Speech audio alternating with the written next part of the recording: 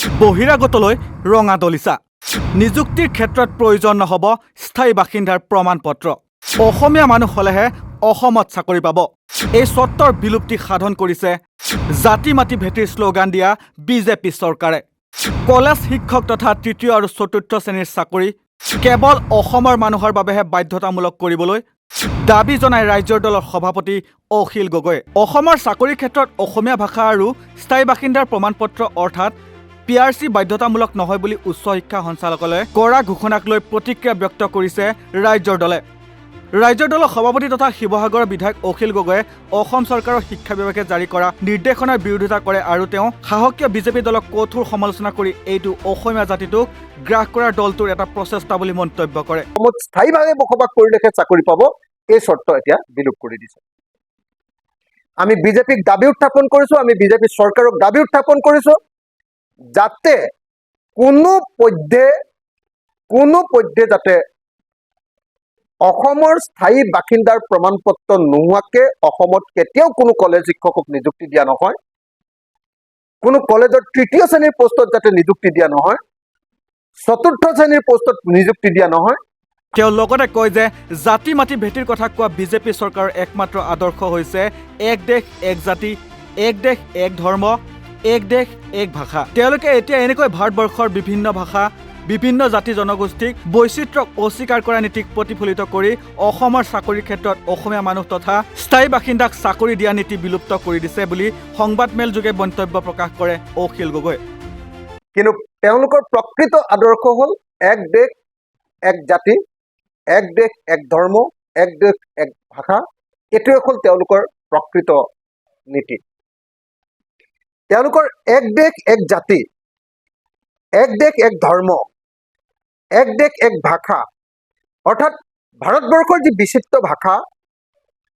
ভাৰতবৰ্ষৰ বিভিন্ন জাতি জনগোষ্ঠীৰ যি বৈচিত্ৰ্য সেই বৈচিত্ৰ্যক অস্বীকাৰ কৰাৰ যি নীতি সেই নীতি প্ৰতিফলিত কৰি আজি জাতি মাটি ভেটিৰ কথা কোৱা ভুৱা শ্লোগান দিয়া বিজেপিয়ে আজি এনেকৈ অসমৰ চাকৰিসমূহত অসমীয়া মানুহ হলেহে বা অসমত স্থায়ীভাৱে বসবাস কৰিলেহে চাকৰি পাব এই চৰ্ত এতিয়া বিলোপ কৰি দিছে এয়া ঐতিহাসিক অন্যায় বুলি উল্লেখ কৰি এই কথা কোনো কাৰণতে মানি লোৱা নহ'ব বুলি উল্লেখ কৰি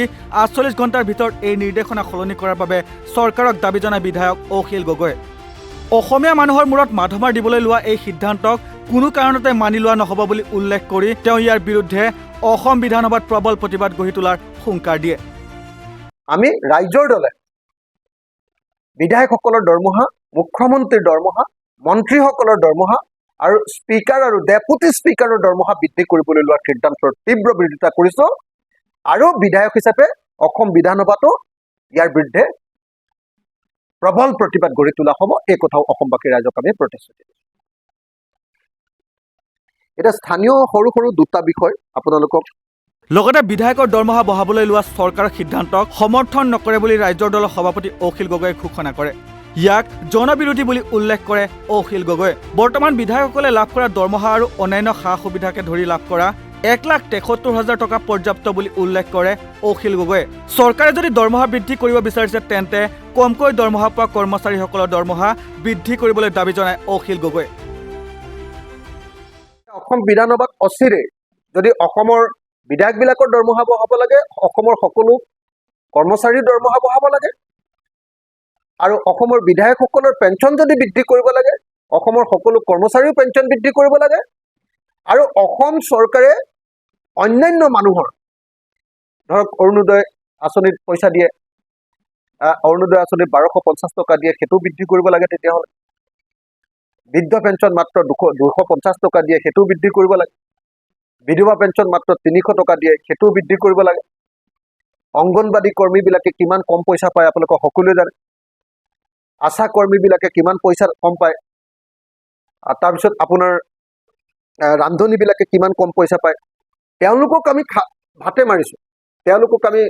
নেখাই নুবুৱাই শুকুৱাই ৰাখিছোঁ অথচ আমাৰ জনপ্ৰতিনিধিবিলাকে কেৱল দৰমহা বৃদ্ধিৰ কথা চিন্তা কৰে আৰু আমিতো ৰাইজৰ সেৱা দৰমহাৰ কাৰণে কৰিবলৈ অহা নাই দৰমহা লোৱা কথাটোৱে আচলতে বিপদে আমি ৰাইজৰ সেৱা কৰিবলৈ আহিছোঁ এইটো আমাৰ ছ'চিয়েল চাৰ্ভিচ ছ'চিয়েল ছাৰ্ভিচ কৰিবলৈ আহোঁতে এটা দৰমহা লোৱাৰ ব্যৱস্থা কৰি দিয়া হৈছে, কিন্তু সেইটো বাৰম্বাৰ বৃদ্ধি কৰি আৰু তাকো বানপানীৰ সময়ত। আনহাতে শিৱসাগৰ জলসিঞ্চন বিভাগত সংঘটিত হোৱা 19 কোটি টকাৰ কেলেংকাৰী সন্দৰ্ভত সৰব অখিল গগৈ। তেওঁ এই কেলেংকাৰী সন্দৰ্ভত CBI তদন্তৰ দাবী জনায়। আমাৰ শিৱসাগৰ জলসিঞ্চন বিভাগত এটা কেলেংকাৰী হৈছে যে অসমৰ জলসিঞ্চন বিভাগটো এটা মৃত বিভাগ, যে অসমৰ জলসিঞ্চন বিভাগে আচলতে কাৰ্যত কোনো পথাৰতে এক টোপালো পানী দিব নোৱাৰে। কাৰ্যত বুলি এইকাৰণে কৈছোঁ যে বাৰিষা দিনত অলপ পানী দিব পাৰে, বাৰিষা দিনত আমাক পানী নালাগে যি সময়ত, কিন্তু খৰালি কালত যি সময়ত আমি কঠীয়া পাৰিব লাগে সেই সময়ত তেওঁলোকে আমাক পানী দিব নোৱাৰে। আৰু বাকী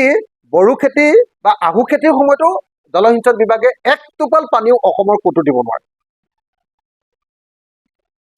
যিটো ডিপাৰ্টমেণ্ট নিজে এটা বগা হাতী, যিটো ডিপাৰ্টমেণ্টে মানুহৰ কোনো কাম কৰিব নোৱাৰে, সেই ডিপাৰ্টমেণ্টত মোৰ শিৱসাগৰতো এক টোপালো পানী দিব নোৱাৰে জলসিঞ্চন ডিপাৰ্টমেণ্ট। আমাৰ শিৱসাগৰ সমষ্টিটো দিব নোৱাৰে। সেই শিৱসাগৰৰ পৰা যদি 19 কোটি টকা ঠিকাদাৰী প্ৰতিষ্ঠানে লুট কৰিব খোজে, তেতিয়াহ'লে সেইটো কি মানি ল'ম বুলি ভবা গৈছে নেকি কোনোবাই?